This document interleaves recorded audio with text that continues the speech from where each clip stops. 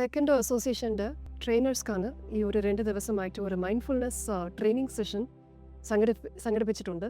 Martial arts ആയാലും sports ആയാലും നമ്മുടെ ഫിസിക്കൽ ഫിറ്റ്നസ് നമ്മൾ നന്നായിട്ട് നമുക്ക് കൂട്ടാൻ വേണ്ടിയുള്ള ഒരു മാർഗമായിട്ട് നമുക്ക് കാണാൻ സാധിക്കും. ഫിസിക്കൽ ഫിറ്റ്നസ്സോടൊപ്പം തന്നെ മെൻ്റൽ ഫിറ്റ്നസ്സും ഒരു പരിധി വരെ നമുക്ക് കിട്ടുന്നുണ്ട്. പക്ഷേ ഈ മൈൻഡ്ഫുൾനെസ് ചെയ്യുന്നത് കൊണ്ട് എങ്ങനെയാണ് തലച്ചോറിൽ പോലും മാറ്റങ്ങൾ വരുന്നുണ്ട് എന്ന് പല പഠനങ്ങൾ തെളിയിച്ചിട്ടുണ്ട്. ഇതിൻ്റെ ഒരു സയൻറ്റിഫിക് എവിഡൻസ് എന്ന് പറയുന്നത് കഴിഞ്ഞ പല വർഷങ്ങളായിട്ട് ഒരുപാട് കൂടിയിട്ടുണ്ട്. പ്രത്യേകിച്ച് വിദേശ രാജ്യങ്ങളിൽ, അമേരിക്ക மற்றும் യൂറോപ്യൻ രാജ്യങ്ങളിൽ ഇപ്പോൾ ഇന്ന് നടക്കുന്നത് ശരിക്കും പറഞ്ഞാൽ ഒരു LKG കോഴ്സ് പോലെയാണ്. നമ്മുടെ സ്ട്രെസ് റെസ്പോൺസ്, അതായത് നമ്മുടെ തലച്ചോറിലെ അമിഗ്ഡല എന്ന ഒരു ഭാഗമുണ്ട്. അമിഗ്ഡല എന്ന് പറയുന്നത് ഒരു മാനുഫാക്ചറിങ് യൂണിറ്റ് ഓഫ് ഇമോഷൻസ് എന്ന് പറയാൻ സാധിക്കും.